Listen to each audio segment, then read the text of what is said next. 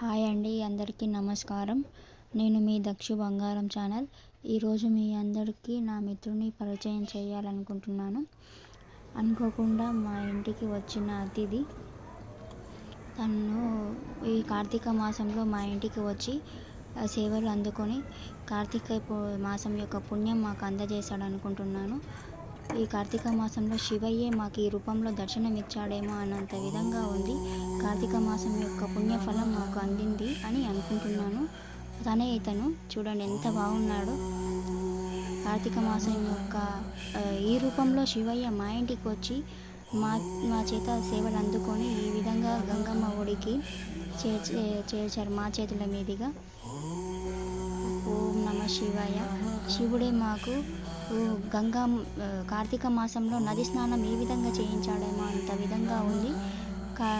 చూడండి ఎంత బాగున్నాడో. 10 రోజులు అనుకోకుండా మా ఇంటికి వచ్చి మా ఇంట్లో ఆతిథ్యం తీసుకొని గంగమ్మ ఒడికి మా చేతులతో ఈ విధంగా చూడండి, ఈ విధంగా శ్రీశైలం పాతాళ గంగలో వదిలేయడం జరిగింది. చూడండి ఎంత అందంగా ఉందో. ఓం నమ శివాయ.